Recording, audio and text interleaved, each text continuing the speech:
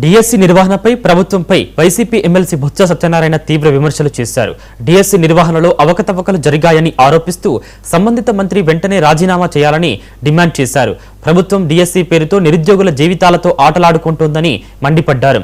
ఉత్తర్వులను తరచూ మార్చి అభ్యర్థులను అయోమయానికి గురిచేసిందని విమర్శించారు.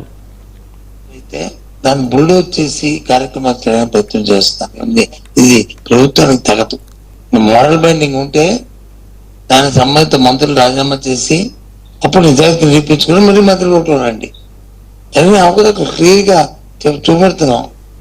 3 లక్షల మంది విద్యార్థులు వచ్చి నిరుద్యోగులు వచ్చి పరీక్షకు హాజరైతే ఏ రకంగా మీకు సంబంధించిన వ్యక్తులకి ఏ రకంగా అసలు జరిగే అందరం చూసాం. కళ్ళ కొట్టించినట్లు చెప్పారు. అందుకు ప్రభుత్వంలో పారదర్శకత ఉంటే,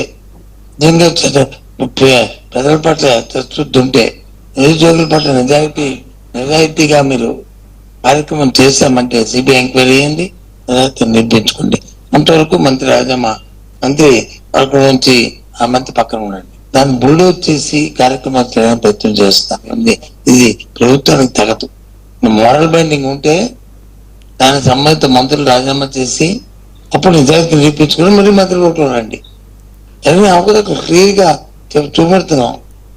3 లక్షల మంది విద్యార్థులు వచ్చి నిరుద్యోగులు వచ్చి పరీక్షకు హాజరైతే ఏ రకంగా మీకు సంబంధించిన వ్యక్తులకి ఏ రకంగా అసలు జరిగే అందరం చూసాం.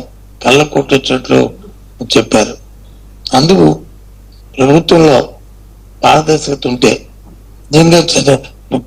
ప్రజల పట్ల చిత్తశుద్ధి ఉంటే, నిరుద్యోగుల పట్ల నిజాయితీగా మీరు కార్యక్రమం చేశామంటే సిబిఐ ఎంక్వైరీ చేయండి, నిర్మించుకోండి.